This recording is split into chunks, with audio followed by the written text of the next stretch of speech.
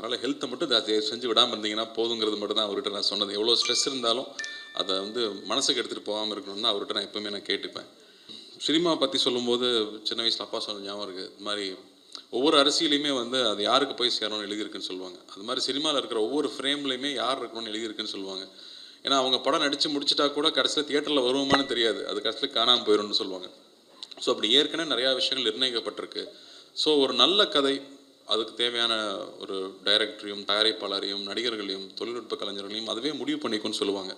அது மாதிரி அது ஒரு லொக்கேஷன் அமையும் போதும் சரி, நிறைய சீனியர்ஸ் இந்த வார்த்தையை சொல்லிகிட்டே இருப்பாங்க. அதுக்கு தேவையான விஷயத்தை அதுவே அமைச்சுக்கோன்னு சொல்லிகிட்டே இருப்பாங்க. அதை நம்பினோம்னா நம்ம இன்னும் கொஞ்சம் நிம்மதியாக இருக்கலாம்.